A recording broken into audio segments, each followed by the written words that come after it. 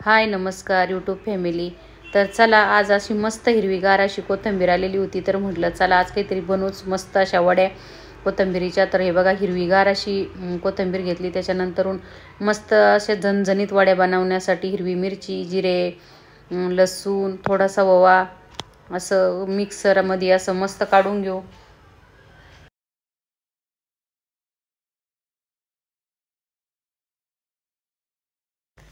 अशी मस्त हिरवीगार अशी कोथिंबीर कट करून घेतली अशी बारीक एकदम।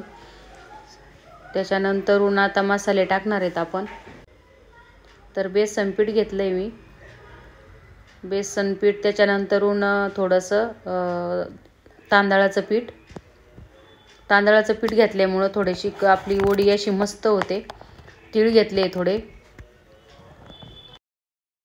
नंतरून आपण मसाला जो मिक्सरमधून काढलाय तो मसाला, तांदळाच्या पिठामुळं असं मस्तपैकी होतं त्याचं मिश्रण एकदम छान, आणि खायला पण टेस्टी कडक होती अशी छान खरपूस लागते कोथिंबीरी वडी।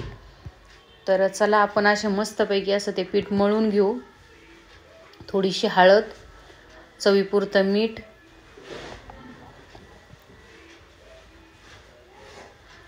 त्याच्यानंतर असं मस्त मिक्स करून घेऊ, असं एक जीव करून घेऊ, असं मस्त मळून घ्यायचं ते पीठ एकसारखं। असं मळून झाल्याच्या नंतर मस्त पीठ बघा आपला पिठाचा गोळा तयार केला। त्याच्यानंतरून जाळीला असं मस्त तेल लावून घ्यायचं का चिटकू नये खाली म्हणून। तेल नाही लावलं तर चिकट म्हणजे असं ते खाली चिकटून जातं। तर त्या जाळीवर असं मस्त थापून घ्यायचं, म्हणजे वाफेवर असं मस्त एकसारखं असं थापून घेतल्यामुळं ते एकसारखे अशी मस्त आपली वाफून निघते वडी।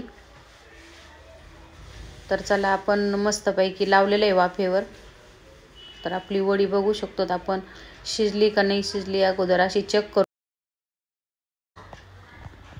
जर आपली वडी प्रॉपर शिजली तर ती याला लागत नाही चमच्याला।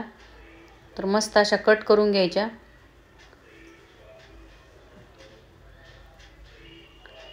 वडी अशी कट झाल्याच्या नंतर मस्त अशी तळून घ्यायच्या एकदम। तुम्ही तळून पण खाऊ शकतात किंवा अशा कच्च्या खाल्ल्या तरी पण छान लागतात।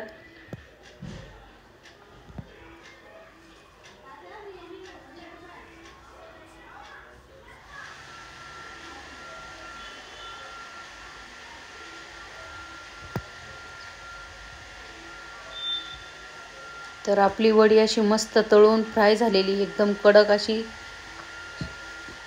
आणि खायला पण एकदम खरपूस लागते। तर हे पाहू शकतात आपल्या वड्या एक नंबर फ्राय झालेल्या आहेत। तर हे पाहू शकता तुम्ही कच्च्या पण खाऊ शकतात आणि तळल्या तर अजूनच भारी लागतात। व्हिडिओ आवडल्यास लाईक, शेअर, सबस्क्राईब जरूर करा।